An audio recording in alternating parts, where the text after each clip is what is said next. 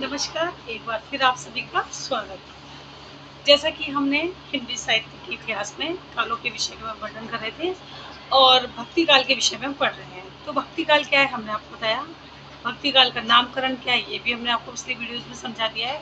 अभी हम भक्ति काल को जो दो शाखाओं में बांटा गया है, ठीक है, एक निर्गुण और एक सगुण। ठीक है, निर्गुण में भी हमने देखा कि जो निर्गुण संत परंपरा के, ज्ञानश्री परंपरा के जो कवि हैं उनके विषय में हम पढ़ रहे थे। तो सबसे पहले हमने देखा कि जो निर्गुण शाखा के जो संत हैं, ज्ञानश्री शाखा के जो संत हैं, हमने सबसे पहले नामदेव के बारे में पढ़ा, जिसको कि कईयों ने कहा कि नामदेव जो है निर्गुण संत परंपरा के प्रथम कवि माने गए और किसी ने कबीर को माना। तो हमने सबसे पहले नामदेव के बारे में पढ़ा। नामदेव, रैदास जिन्हें रविदास भी कहा जाता है। इसके बाद पढ़ रहे हैं हम कबीरदास जी। ठीक है, तो ये क्या है, ये निर्गुण शाखा के संत हैं। तो देखते हैं कबीरदास। ठीक है, कबीरदास जी के विषय में मैंने आपको समझाया कि कबीरदास जी क्या है, निर्गुण शाखाओं के कवि माने गए हैं। ठीक है, इनका मानना ये था कि जैसे कि कबीरदास जी कहते हैं कि कर्म कांड में विश्वास नहीं करते थे। ठीक है, ये केवल ईश्वर के नाम के जप में ही विश्वास किया करते थे। जैसे सगुण धारा में ईश्वर के साकार रूप को दिया गया था, यहाँ पर निराकार रूप है जो कि निर्गुण है, निर्धन गुण, यानी कोई गुण नहीं, यानी कोई आकार प्रकार नहीं, सिर्फ ईश्वर का नाम ही मनुष्य की मोक्ष प्राप्ति का साधन माना गया है। तो कबीरदास जी के विषय में देखा कि जो इनकी कबीरदास जी की रचनाएं हमने देखी थी कि क्या थी रचनाएं। हमने रचनाओं के विषय में देखा कि इनकी रचनाएं जो है, पहले अगर सबसे पहले उसको वर्णन करें तो वो साखी है। ठीक है, इसके बाद अगर हम देखें तो सवद है, इनकी रचना है सवद, और उसके बाद आती है रमणीय। ठीक है, तीन रचनाएं हैं कबीरदास जी की। ठीक है, जो बीजक के रूप में भी उपलब्ध है हमें। ओके, तो सबसे पहले हम साखी की बात करें। साखी साखी क्या है, साखी साक्षी जो शब्द है उसका तद्भव रूप है। ठीक है, साक्षी शब्द का तद्भव रूप है। जैसा कि मैंने पिछले वीडियो में आपको समझाया, साक्षी शब्द का क्या है, ये तद्भव रूप है। ठीक है, क्या है, तद्भव रूप है। अब ये जो शब्द है साक्षी, यानी साक्ष्य में, यानी साक्षी का मतलब कहता है कि हमने प्रत्यक्ष रूप में किसी चीज का अनुभव किया है। कबीरदास जी ने जो भी अपने शब्द में, साखी में, पदों में, रमनी में वर्णन किया है, वो सब क्या है, प्रत्यक्ष रूप में उन बातों का उन्होंने अनुभव किया है अपनी लेखनी के माध्यम से। चूंकि कबीरदास जी तो कहा जाता है निरक्षर थे, लेकिन जो शिष्य पर रहे इनके द्वारा इनकी वाणी को कलमबद्ध किया, तो उसमें क्या था कि इनके वास्तविक अनुभवों को उसमें साझा किया गया है। वास्तविक अनुभव यानी जीवन में इन्होंने जो देखा, साक्षी यानी देखना, साक्ष्य, जो देखा, सुना, अनुभव किया, उन्हीं को उन्होंने पद और साखियों के रूप में किया है। तो यही साखी साक्षी का तत्व रूप है। ठीक है, नेक्स्ट देखिए, इसमें तत्व है उपदेश प्रधान काव्य है। क्या है, उपदेश प्रधान काव्य है, उपदेश प्रधान काव्य है। ठीक है, नेक्स्ट देखते हैं इसमें कबीर सुमरन। कबीरदास जी ने, श्याम सुंदर दास ने कबीर ग्रंथावली का क्या किया है, श्याम सुंदर दास ने, श्याम सुंदर दास ने, ठीक है, श्याम सुंदर दास ने क्या किया है, कबीर ग्रंथावली का, कबीर ग्रंथावली का, ठीक है, कबीर ग्रंथावली, और हरियोग जी ने, ठीक है, ग्रंथावली का वह हरियोग, हरियोग में क्या किया है, कबीर वचनावली का संपादन किया, कबीर वचनावली का संपादन किया। ठीक है, क्या किया है, कबीर वचनावली का संपादन किया। ठीक है, संपादन किया।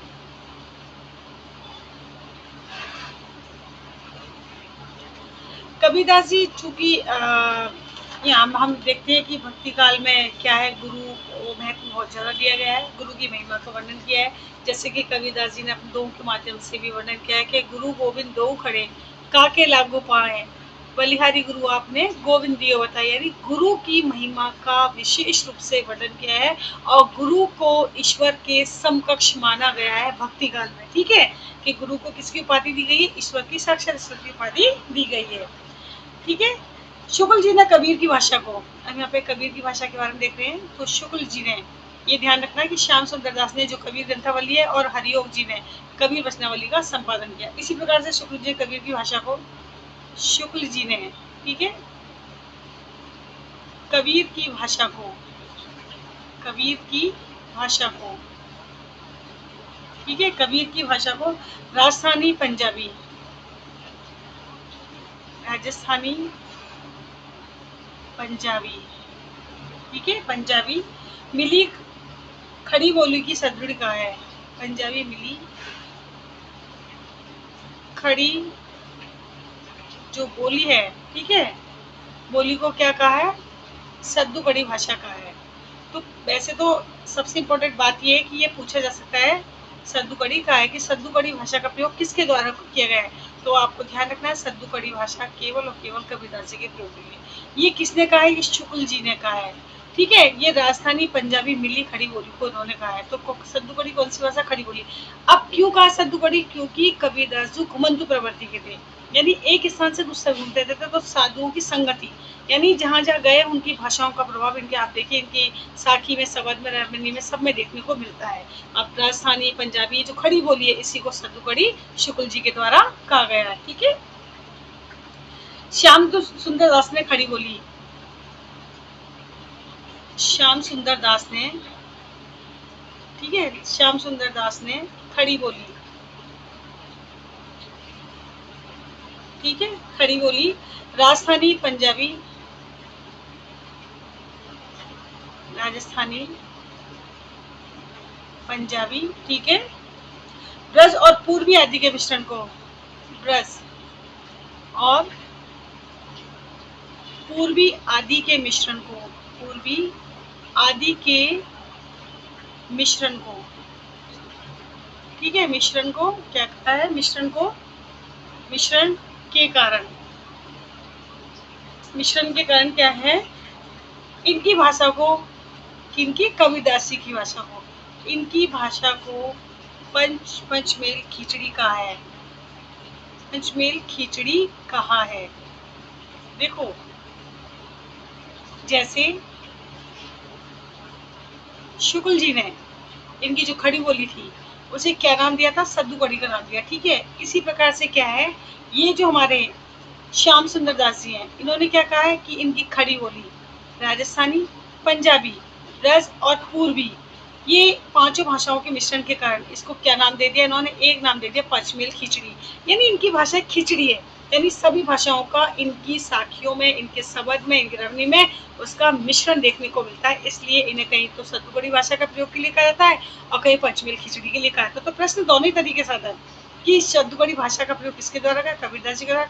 पंचमेल खिचड़ी, कबीरदास जी की जो पंचमेल खिचड़ी भाषा किसने कहा, श्याम सुंदर दास ने, ठीक है। तो आपको ध्यान रखना है, दोनों ही प्रश्न इंपॉर्टेंट है। ओके, नेक्स्ट देखिए इसमें आईन अकबरी, आईने अकबरी जो कि अबुल फजल द्वारा रचित है, आईने अकबरी,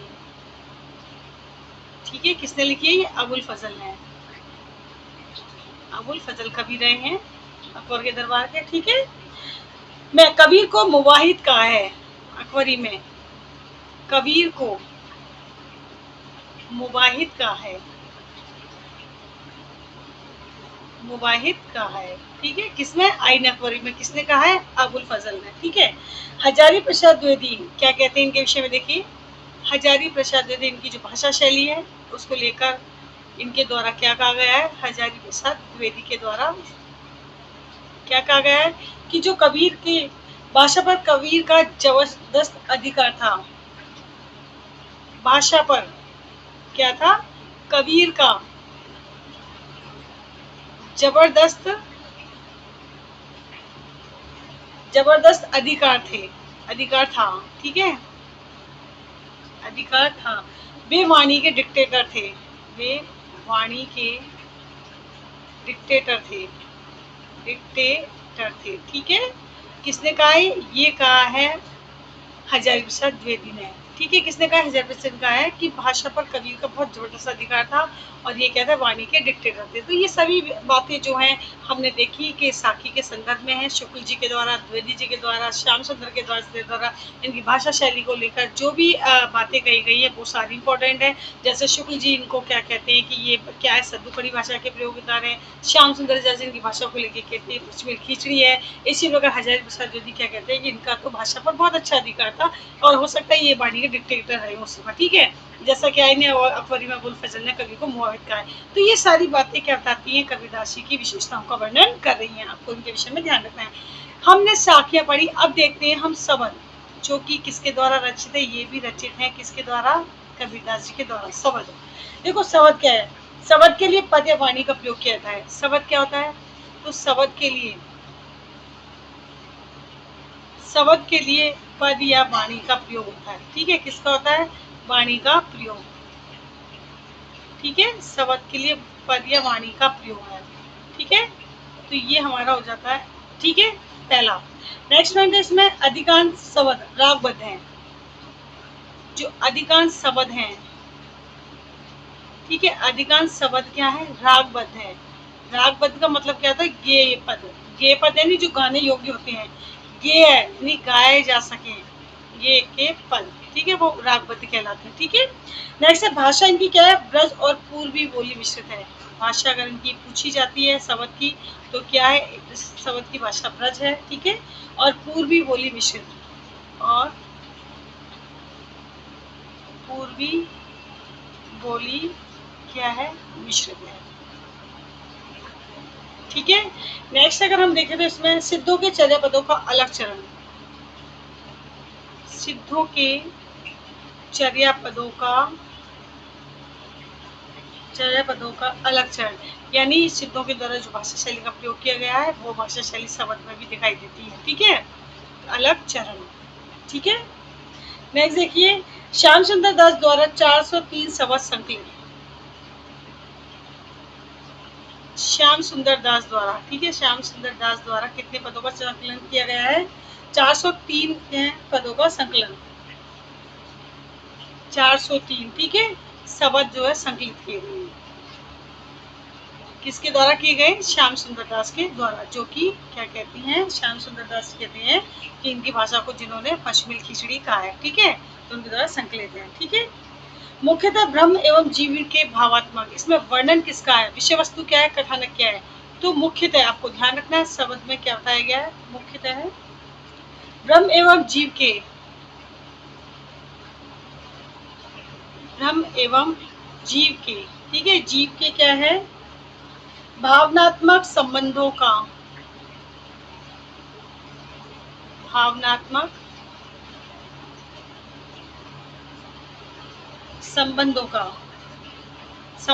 संबंधों पर क्या है, चर्चा है। ठीक है, चर्चा की गई है, तो इसका मुख्य विषय आपको रखना है ब्रह्म और जीव, ब्रह्म और जीव के बीच जो भावात्मक संबंध है, ब्रह्म यानी ईश्वर और मनुष्य के, अगर हम इसको कैसे कह सकते हैं, आत्मा और परमात्मा के जो संबंध होता है, इस विषय पर शब्द में चर्चा की गई है, शब्द में बताया गया है, और वो भी गेय पदों के माध्यम से। ठीक है, जो इस शब्द है इनको पद्य वाणी कहते हैं, और इन शब्द की जो भाषा है हमारी, वो कौन सी है, ब्रज और पूर्वी बोली मिश्रित है। ठीक है, इनका आपको ध्यान रखना है। तो यहाँ पर शब्द के अर्थ क्या है, शब्द का तात्पर्य क्या है, इसको देख लेते हैं हम लोग। तो देखिए, कबीर ने क्या किया है, कबीर के यहाँ शब्द के 4 अर्थ हैं, यहाँ पर जो बताए गए जो शब्द है, तो इन शब्दों को यहाँ पर क्या अर्थ है, तो कबीर के यहाँ शब्द के 4 अर्थ हैं। पूछा जा सकता है शब्द के कितने अर्थ बताए गए कबीर, तो वो आपको बताने 4 अर्थ है। ठीक है, अगर मैं पहली की बात करूँ तो वो होता है हमारा ब्रह्म, शब्द का मतलब क्या है, ब्रह्म, और ब्रह्म क्या है, परमात्मा, ईश्वर है, उसे शब्द कहा गया है। ठीक है, क्या कहा गया है, शब्द कहा गया है। दूसरा अगर हम बोले तो सिद्ध, क्या है, सिद्ध, नाथ, सिद्ध और नाथ, परंपरा में कोई क्रिया, परंपरा में कोई क्रिया, सिद्ध नाथ परंपरा में कोई क्रिया। ठीक है, गति या स्पंदन, गति या स्पंदन, शब्द का अर्थ क्या है, सिद्धनाथ परंपरा में जो क्रिया बताई गई है उसके अंतर्गत वर्णन किया गया है। तीसरा देखिए, विश्वसनीय व्यक्ति द्वारा कहा गया कथन, विश्वसनीय व्यक्ति द्वारा कहा गया कथन,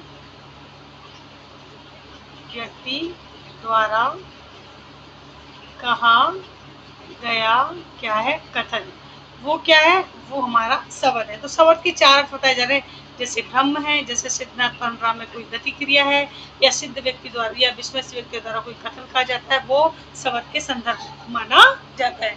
जो चौथा है, वो गुरु द्वारा शिष्य को दीक्षा के अवसर पर दिया गया कोई मंत्र, गुरु द्वारा। ठीक है, गुरु द्वारा, शब्द का मतलब क्या हुआ, गुरु द्वारा शिष्य को दीक्षा के अवसर पर शिष्य को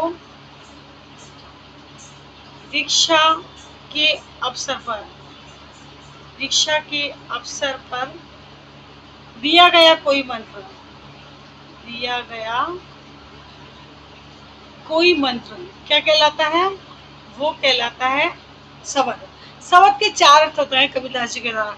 यानी जब गुरु के द्वारा शिष्य को दीक्षा दी जा रही है, यानी उसको पारंगत किया जा रहा है, दीक्षा दी जा रही है उसको, तो उस समय क्या होता है, जो मंत्र दिया जाता है वो शब्द होता है, या विश्वसनीय व्यक्ति द्वारा जो कथन होता है वो शब्द होता है। ब्रह्म जो है, परमात्मा जो है, वो शब्द के रूप में, और सिद्धार्थ ब्रह्म को क्रिया करती है वो शब्द के रूप में मानी गई। तो यहाँ पर ये ध्यान रखना, कबीर ने कि यहाँ क्या है, शब्द के चार अर्थ बताते हैं। ठीक है, तो ये होता है हमारा शब्द। शब्द क्या आपको समझा दिया, इसकी भाषा क्या है, शब्द का अर्थ क्या है, शब्द का क्या प्रयोग है, ये सब विषय में हमने बता दिया। अब हमें देखना है कबीरदास जी की जो दूसरी रचना है वो रामायणी है। रामायणी जो है, रामायणी देखो, रामायणी की संख्या कितनी मानी गई है? 84। रामायणी की संख्या कितनी मानी गई है? रामायणी जो है वो कितनी मानी गई है? 84 मानी गई है। ठीक है, नेक्स्ट इसमें देखते हैं तो जो रामायणी अर्थ क्या है रामायणी का। अगर हम अर्थ देखें रामायणी, तो रामायणी का अर्थ क्या होगा? राम या रामायण से निश्चित, राम या रामायण, राम या रामायण से क्या है? निश्चित, निश्चित यानी लिया गया है। तो ये किसने माना राम या रामायण से निश्चित? ये विद्वानों का मत है। ठीक है, ये किसका मत है? विद्वानों का मत है ऐसा कि रामायणी का क्या अर्थ होगा कि राम या रामायण से जो निश्चित है वो रामायणी मानी गई है। ठीक है, नेक्स्ट देखते हैं इसमें, इसमें कौन सा छंद देखते हैं? चौपाई। ठीक है, चौपाई दोहा छंद का अक्रमबद्ध प्रयोग। चौपाई दोहा छंद, दोहा छंद का क्या है? अक्रमबद्ध प्रयोग है, अक्रमबद्ध प्रयोग। अब इसका मतलब क्या है?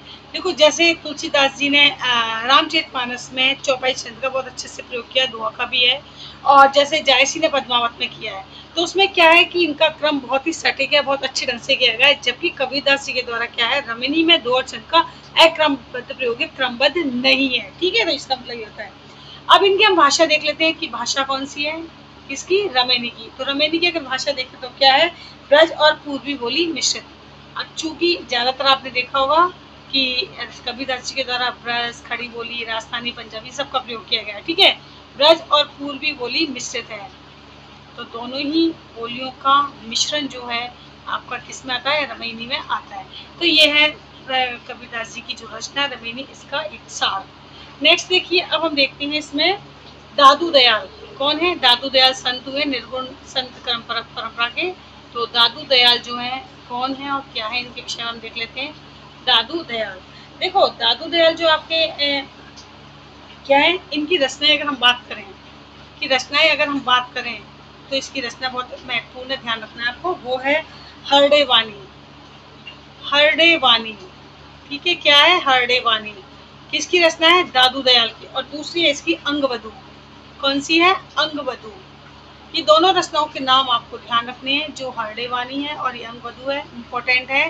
हरडे वाणी बहुत इंपॉर्टेंट है, किसकी रचना है? दादू दयाल की। ठीक है, हरडे वाणी के विषय में देख लेते हैं क्या है ये हरडे वाणी की भाषा शैली, और इसके विषय में देखते हैं। हरडे वाणी किसकी रचना? दादू दयाल की। तो काव्य भाषा क्या है इसकी? अगर हम काव्य की भाषा देखें तो काव्य भाषा इसकी वही है जो हमने उसमें कबीरदास जी की देखी। तो इसमें ब्रज, राजस्थानी, खड़ी बोली मिश्रित। कौन सी है? ब्रज है, राजस्थानी है, और क्या है? खड़ी बोली मिश्रित है ये। ठीक है, खड़ी बोली मिश्रित है इसमें। ठीक है, तो इनका भी अगर हम ध्यान दें तो कबीरदास जी के समान ही इनने भाषा पर बड़ा अधिकार रहा है हरडे वाणी में भी। ठीक है, इसी प्रकार से अंगवधु हम देखें, अंगवधु किसकी रचना है? दादू दयाल की। और जो अंगवधु है उसका संकलन किसने किया? अंगवधु का संकलन किया है इनके जो शिष्य रहे हैं, शिष्य रज्जब ने। कौन है? दादू दयाल के शिष्य रहे हैं रज्जब, इनके द्वारा क्या किया गया है? इसका संकलन किया गया है रानी का। किसका? अंगवधु का। साथ ही दादू ग्रंथावली, दादू ग्रंथावली। ठीक है, क्या है? दादू ग्रंथावली। ये दादू ग्रंथावली जो है इसका संपादन किया गया है परशुराम चतुर्वेदी। संपादन किसके द्वारा किया गया है? परशुराम चतुर्वेदी के द्वारा, परशुराम चतुर्वेदी के द्वारा। ठीक है, चतुर्वेदी के द्वारा क्या किया गया है, दादू ग्रंथावली का संपादन किया गया है। संकलन रज्जब इनके जो शिष्य हैं उन्होंने किया है, ध्यान रखना आपको इम्पोर्टेंट है। और दादू ग्रंथावली जो है उसका संपादन परशुराम चतुर्वेदी के द्वारा किया गया है। ठीक है। भराने की पहाड़ी जगह है ये, भराने की पहाड़ी। ठीक है। और ये कहाँ पर है, नरामना के निकट, नरामना के निकट। ठीक है। और ये कहाँ है, राजस्थान में। ठीक है। नरामना के निकट क्या है, राजस्थान। तो ये जो भराने की पहाड़ी है, भराने की पहाड़ी स्थान, दादू जो भराने की पहाड़ी है, ये जो स्थान है ये क्या है, ये दादू पंथियों का मुख्य केंद्र स्थल है। ठीक है। ये जो स्थान है दादू पंथियों का प्रधान केंद्र है, दादू पंथियों का प्रधान केंद्र। अब दादू पंथी कौन होते हैं, देखो जैसे कबीर को मानने वाले कबीर पंथी कहलाते हैं, इसी प्रकार दादू दयाल के द्वारा जो पंथ चलाया गया उसको मानने वाले दादू पंथी कहलाते हैं। ठीक है। तो जैसे कबीर पंथी है, दादू पंथी होते हैं। ठीक है। तो दादू दयाल के, दादू को अपना गुरु मानने वाले जो हैं उनके नक्शे कदम पे जो चलते हैं वो दादू पंथी कहलाते हैं। ठीक है। इसके बाद अगले हमारे जो कवि हैं वो है सुंदरदास। तो ये दादू दयाल कंप्लीट हुआ हमारा। ठीक है। क्या हुआ, दादू दयाल की 2 रचनाएं हमने बताई, हडेवानी अंगवधु। हडेवानी काव्य भाषा इसकी बता दी थी, अंगवधु का संकलन इनके शिष्य के द्वारा किया गया। ठीक है, रज्जब के द्वारा। और दादू ग्रंथावली संपादन परशुराम चतुर्वेदी है। और सबसे बड़ी बात क्या है कि दादू पंथियों का प्रधान केंद्र कौन सा माना गया है, भराने की पहाड़ी राजस्थान में माना जाता है। नेक्स्ट जो हमारे संत हैं वो है हमारे सुंदरदास। कौन है, सुंदरदास।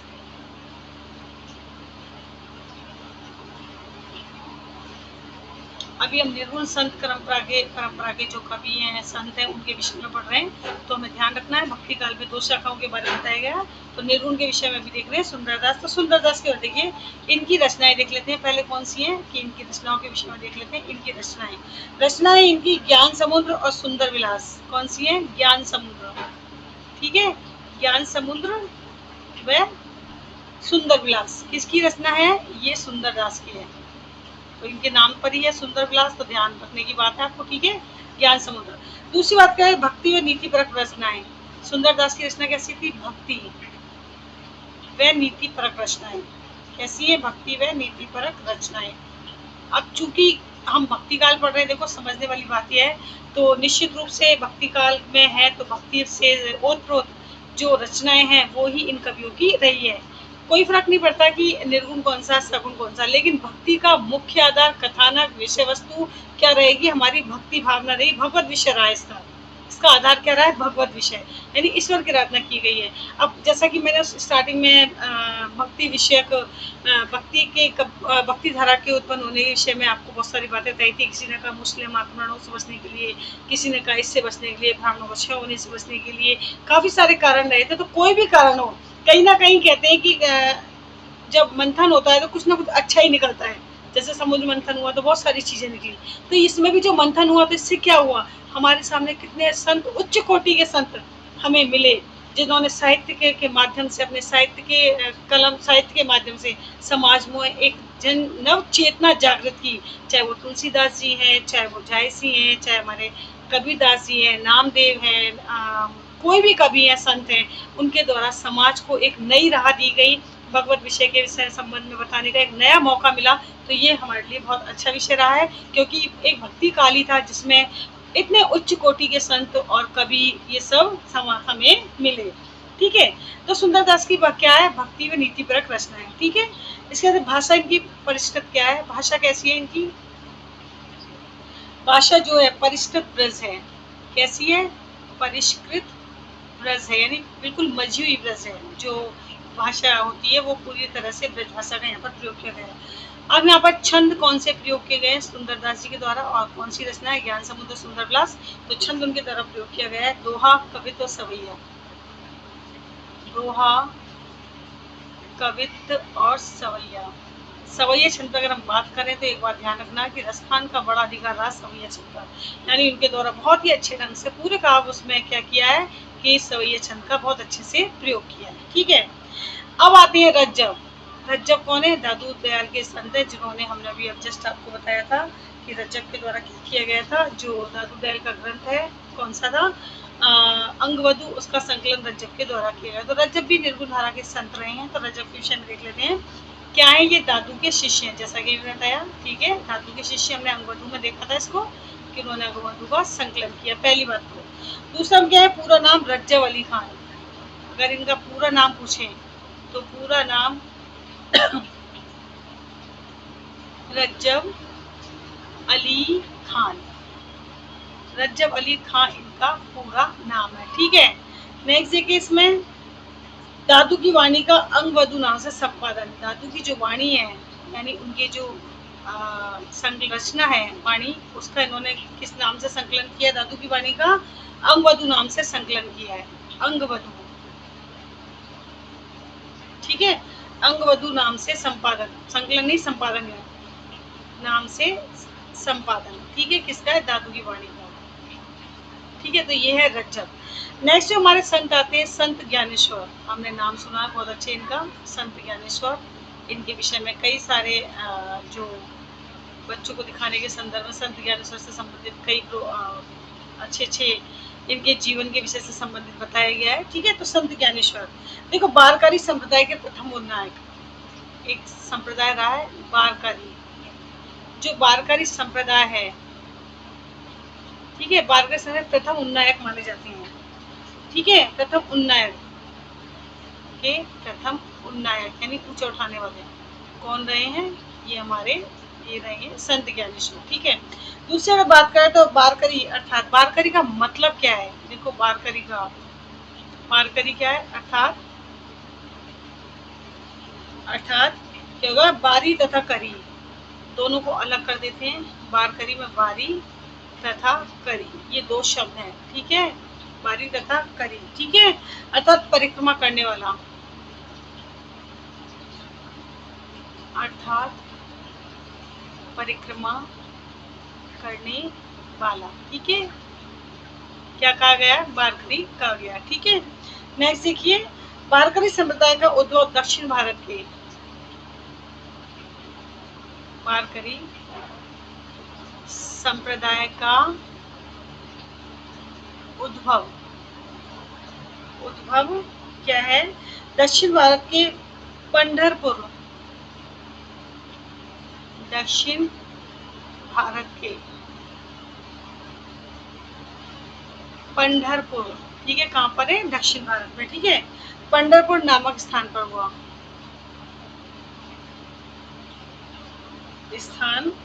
हुआ, अब देखिए इसको समझाती हूँ मैं आप लोगों को। ये जो बारकरी संप्रदाय है, ठीक है, इसका उद्भव यानी जन्म का माना जाता है दक्षिण भारत के कहाँ पर, पंढरपुर नामक स्थान पर माना जाता है बारकरी संप्रदाय का उद्भव। और इसके संप्रदाय के उन्नायक कौन माने जाए, संत ज्ञानेश्वर। अब बारकरी क्या है, बारी धना करी अर्थात परिक्रमा करने वाला, तो उसको क्या कहा है, बारकरी कहा है। ठीक है, नेक्स्ट देखिए संत पुंडलिक इससे प्रवर्तक थे। अगर इसके विषय में देखें तो संत पुंडलिक नहीं, संत पुंडलिक। ठीक है, संत पुंडलिक जो है क्या है, इसके प्रवर्तक थे, किसके, बारकरी संप्रदाय के। और ये तो केवल उन्नायक माने गए हैं। ठीक है, यानी इसको आगे बढ़ाने वाले कौन, ज्ञानेश्वर। ठीक है, इसके प्रवर्तक थे। ठीक है, ज्ञानदेव ने स्वयं को गोरख शिष्य की परंपरा में बताया। ज्ञानदेव ने अपने आप को क्या कहा, ज्ञानदेव ने, ठीक है, ज्ञानदेव ने स्वयं को गोरख की,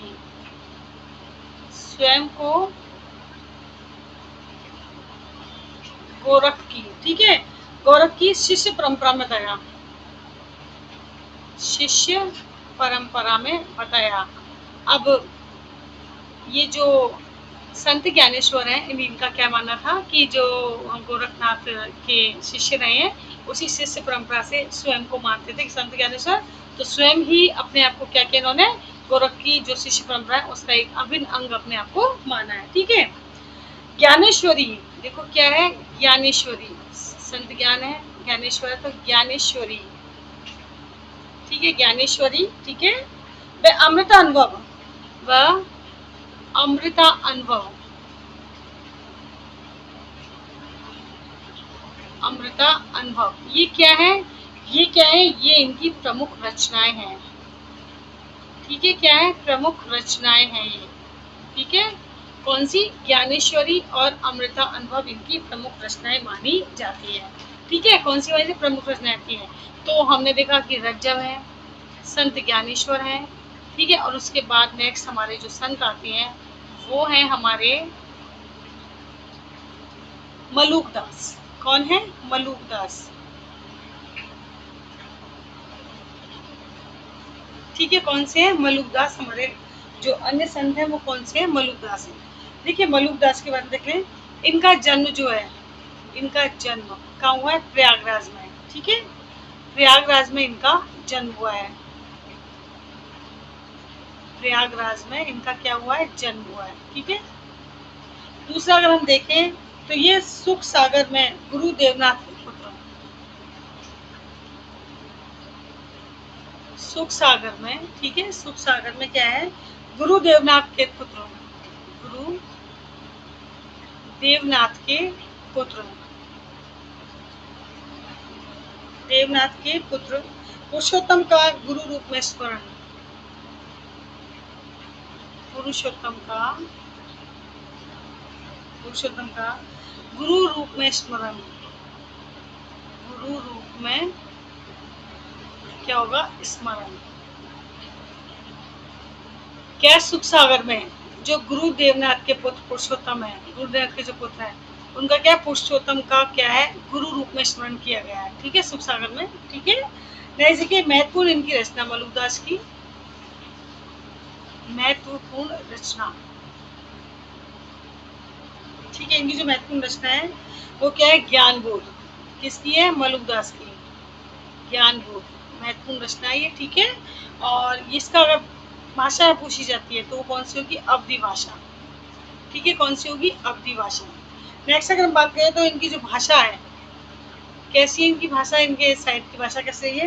संस्कृत फारसी मिश्र, संस्कृत फारसी, ठीक है, संस्कृत फारसी मिश्रित जो है,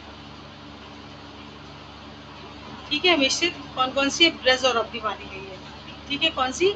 ब्रज और अवधी को मुख्य रूप से माना गया है। ठीक है, तो ये हुए हमारे कौन से हुए? ये हमारे संत परंपरा, कौन से? निर्गुण संत परंपरा के जो कवि रहे हैं उनके विषय में हमने देखा। तो संत काव्य में हमने क्या देखा कि जो निर्गुण काव्य धारा के प्रवर्तक के बारे में देखा, संतों के बारे में हमने निम्न रूप से इसका वर्णन देखा। तो आपने देखा कि जो भक्ति काल में हमने जो निर्गुण संत परंपरा के कवि और उनकी रचनाओं का जो वर्णन किया है उसमें क्या बताया गया है कि ये जो संत हैं, चाहे हम मलुकदास की बात करें या हम रैदास की बात करें, नामदेव की बात करें, कबीर की बात करें, संत ज्ञानेश्वर की बात करें, तो इनका विषय क्या रहा है? सिर्फ और सिर्फ ईश्वर यानी आत्मा और परमात्मा का आपस में मेल बताया गया है। इनका उद्देश्य रहा है कि जो ईश्वर का नाम है वो अपने आप में मोक्ष प्रदान करने वाला है। ईश्वर के माध्यम से क्या है? मनुष्य को इस भाव सागर से पार कराने वाला है।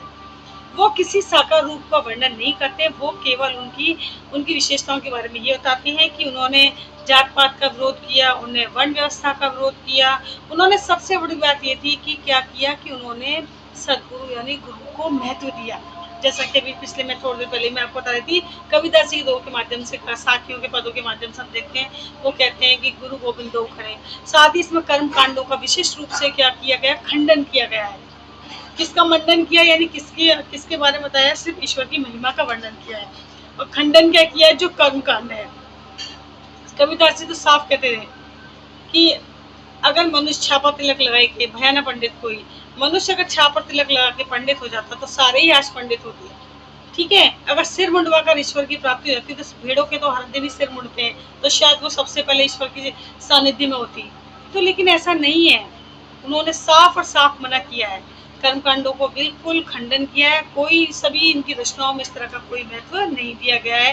दादू दयाल को देखो, मलुकदास को देखो, कबीरदास जी को देखो, नामदेव को देखो, संत ज्ञानेश्वर को देखो, ये जो भी सभी जितने भी उच्च कोटि के संत रहे इनके द्वारा निर्गुण ब्रह्म की उपासना की गई है, यानी आत्मा परमात्मा के आपसी मेल के बारे में बड़े विस्तार से वर्णन किया गया है। और आप लोगों को क्या ध्यान रखना है, जो इनकी भाषा शैली है, कोई भी संत है उनकी जो मुख्य रचना है, उनका समय, उनकी रचना, उनकी भाषा शैली, इन तीनों चारों के विषय में आपको बहुत ध्यान से रखना है। रटना नहीं है, हम आसानी से इसको पढ़ के समझ सकते हैं कि कौन से कवि, कौन सा संत है जिसकी रचना की गई और उसने इसके बारे में क्या बताया है। तो ये होता है हमारा निर्गुण संत परंपरा के समस्त जो संत थे, जितना भी हम आपको बता सकते हैं, संतों के बारे में आपको विस्तार से वर्णन कर दिया गया है। अब जो हम आगे पढ़ेंगे वो होगा प्रेमश्री काव्यधारा, यानी सूफी संत के काव्यों के बारे में। सूफी काव्य क्या है, सूफी संत क्या है, इन सब के विषय में हम पढ़ेंगे। ठीक है, ओके।